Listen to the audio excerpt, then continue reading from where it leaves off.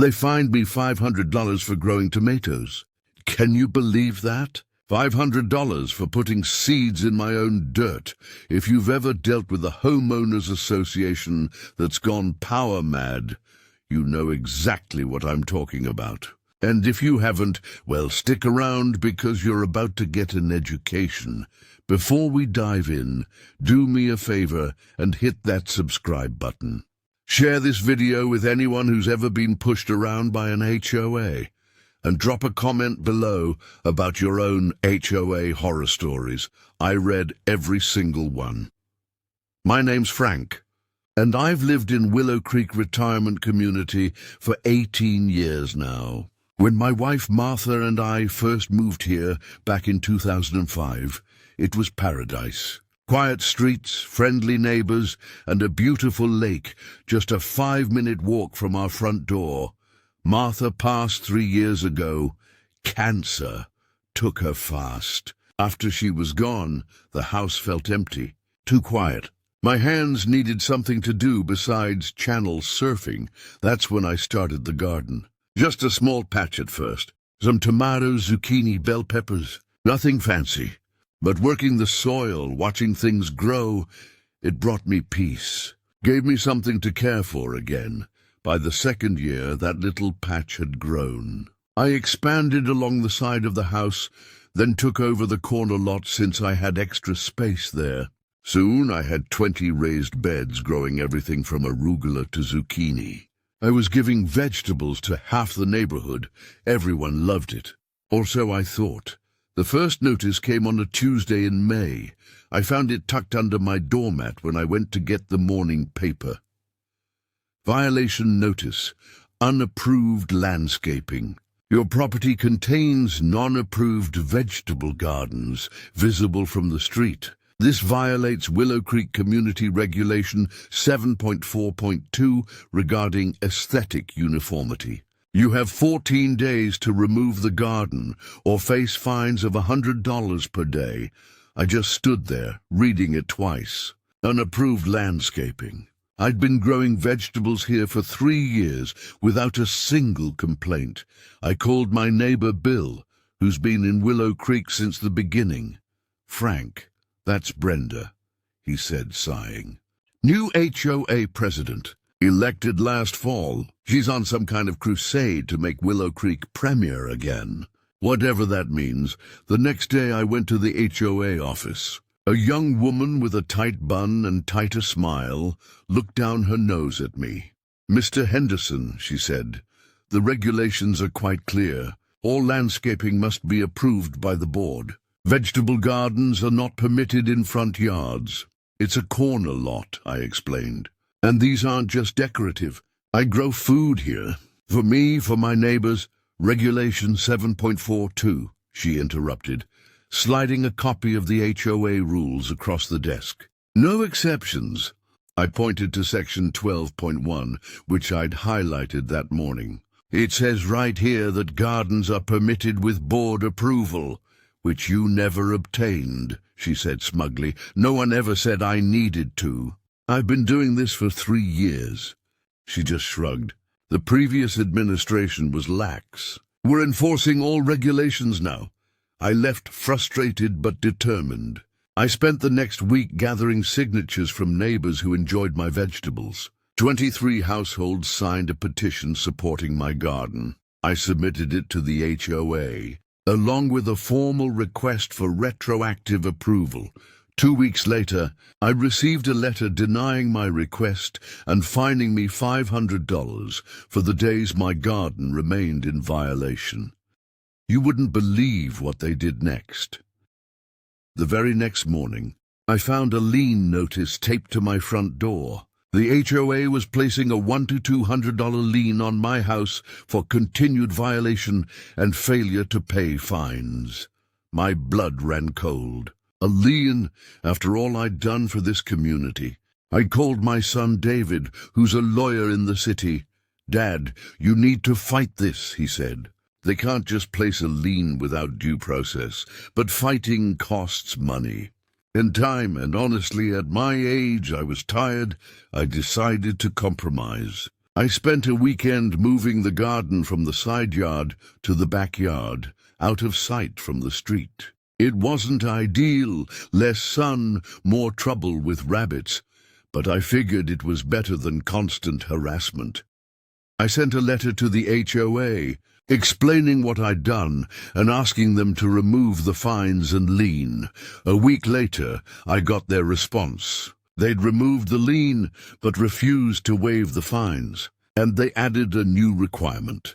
I needed to submit a landscaping plan for the now vacant side yard, which would need to include appropriate ornamental plantings. I was angry, but honestly I was just glad it was over. Or so I thought. I spent June replanting everything in the backyard. It was back-breaking work, but I got it done. By July, things were growing nicely again. Then came the second violation notice. Violation notice, visible garden equipment. Your property contains visible garden equipment, including but not limited to tomato cages, watering cans, and garden tools. This violates Willow Creek Community Regulation 7.4.5 regarding storage of outdoor equipment. You have 7 days to remove all items or face additional fines. I couldn't believe it. Now they were complaining about my tomato cages. I called the HOA office again. This time Brenda herself answered. "Mr. Henderson, the regulations are quite specific," she said, her voice dripping with condescension. "All garden equipment must be stored out of sight when not in use. These are tomato cages," I said, my voice rising. "They're in use. The tomatoes are growing on them." "Then perhaps you should consider a different type of landscaping that doesn't require such equipment," she suggested sweetly. I hung up, fuming. This wasn't about regulations anymore. This was personal. If this HOA sounds unbelievable already, make sure to hit subscribe. You don't want to miss how this ends. I spent the next weekend building a small fence around the backyard garden, thinking that would solve the visibility issue. It wasn't cheap, but anything to stop this harassment. 2 weeks later, another notice. This time, they were complaining about my compost bin, which they claimed was attracting vermin and creating an odor nuisance. I'd had that compost bin for 5 years. No one had ever complained before. I reached out to more neighbors, explaining what was happening. To my surprise, many were sympathetic. Several mentioned their own run-ins with the new HOA board. "There's a community meeting next Tuesday," said Eleanor from down the street. "We should all show up." The meeting was packed. Standing room only. When it was my turn to speak, I calmly explained my situation. "I've lived here for 18 years," I said. "I've never violated a single regulation until now. I've maintained my property, paid my dues on time, and been a good neighbor. All I want is to grow some vegetables in peace." Brenda, the HOA president, responded with a smile that didn't reach her eyes. "Mr. Henderson, we appreciate your long-standing residency. But rules are rules. They apply to everyone equally. The board voted to uphold the fines and require me to remove all vegetable gardening from my property, front or back." I was devastated. As I gathered my things to leave, a woman I didn't know approached me. "Frank, I'm Sarah," she said, handing me a card. "I work with the State Gardening Association. What they're doing to you isn't right. In fact, it might not even be legal." The next day, I called Sarah. She explained that many states have laws protecting homeowners' rights to grow food on their own property. HOAs can regulate aesthetics to some degree, she explained, but they can't completely prohibit reasonable food production. And they certainly can't place liens without following proper legal procedures. She connected me with a lawyer who specialized in HOA disputes. His name was Marcus, and he took one look at my case and agreed to represent me pro bono. "This is outrageous," he said, shaking his head. "We're going to fight this, and fight we did." Marcus sent a formal letter to the HOA, citing State Law 42.1, which explicitly protects homeowners' rights to grow vegetables for personal consumption. The HOA's response? They doubled down, claiming my garden was commercial in scale and therefore not protected under the law.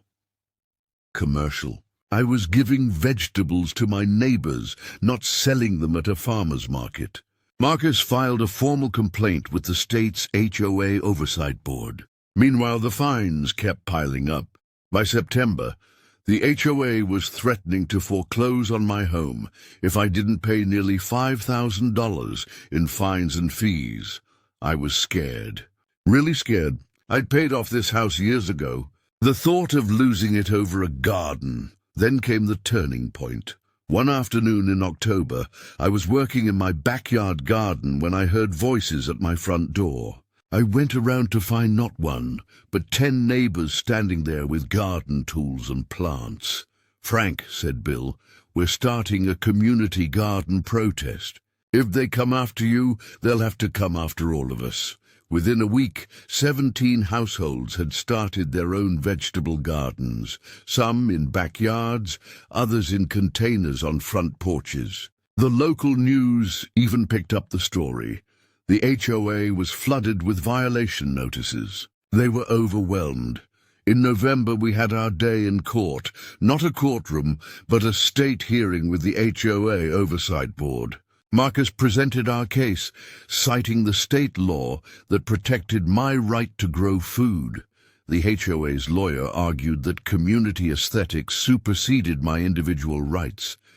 But then something unexpected happened. One by one, my neighbors testified about how my garden had benefited the community. "Frank gave me vegetables when I was sick and couldn't get to the store," said Eleanor. "My grandchildren learned where food comes from thanks to Frank's garden," added Robert from across the street. "Last summer, Frank's zucchini kept us fed when my husband lost his job," shared Maria, a young mother from down the street. The turning point came when Sarah from the Gardening Association presented a petition with over 500 signatures from community members supporting my right to garden. The Oversight Board ruled in my favor. Not only did they dismiss all fines and remove the lien, but they issued a formal reprimand to the HOA board for overstepping their authority. But the poetic justice didn't end there. At the next HOA election, Brenda and her entire board were voted out, replaced by neighbors who understood that community wasn't about uniformity. It was about people caring for each other. The new board not only formally approved my garden, they created a new community award, the Frank Henderson Green Thumb Award, given annually to the resident who best demonstrates community spirit through gardening. Today, my garden is bigger and better than ever, and I'm not alone. There are now over 30 vegetable gardens. Throughout Willow Creek, we even have a community garden near the lake where residents who don't have space can grow their own food. Looking back, I'm almost grateful for what happened. It brought our community closer together. It reminded us that rules should serve people, not the other way around.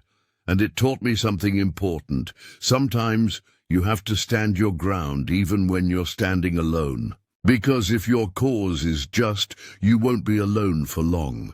Thanks for listening to my story. If you enjoyed it, please subscribe to the channel for more tales of HOA justice. And don't forget to share your own HOA experiences in the comments below. What's the most ridiculous rule you've ever encountered? Until next time, remember, the law is a powerful tool, but community is even stronger. Grow something good today.